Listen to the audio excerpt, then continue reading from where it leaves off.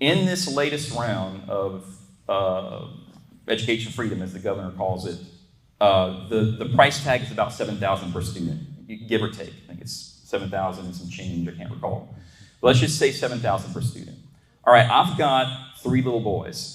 Now, that's not $7,000 per family, it's $7,000 per student. So here's what that equates for me as a dad and my family. That's $21,000 a year from the state of Tennessee to educate my children. Now, let me tell you a little something about my personal finances, all right? I have a little 1,900 square foot house, built in the 50s in Franklin. It's a beautiful place, I love it, but not very big, and we pay about $2,000 a year in property taxes. Also, I don't spend a lot of money, so there's a very small portion of my state income tax that's going to education. So think about that. Let's just say $2,000 plus some sales tax. Let's just call it $4,000 a year. That me as a Tennessean, as a family, I'm putting into the tax base.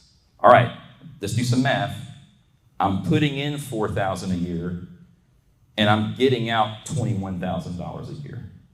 Okay, so the question that we need to ask ourselves, if you're of the conservative-leaning mind, is, well, who's paying for it? Well, somebody else. And the argument is that, well, we're already doing that. Well, yes, but in public structures that are constitutionally and regulated by state law, like roads and everything else that we pay for.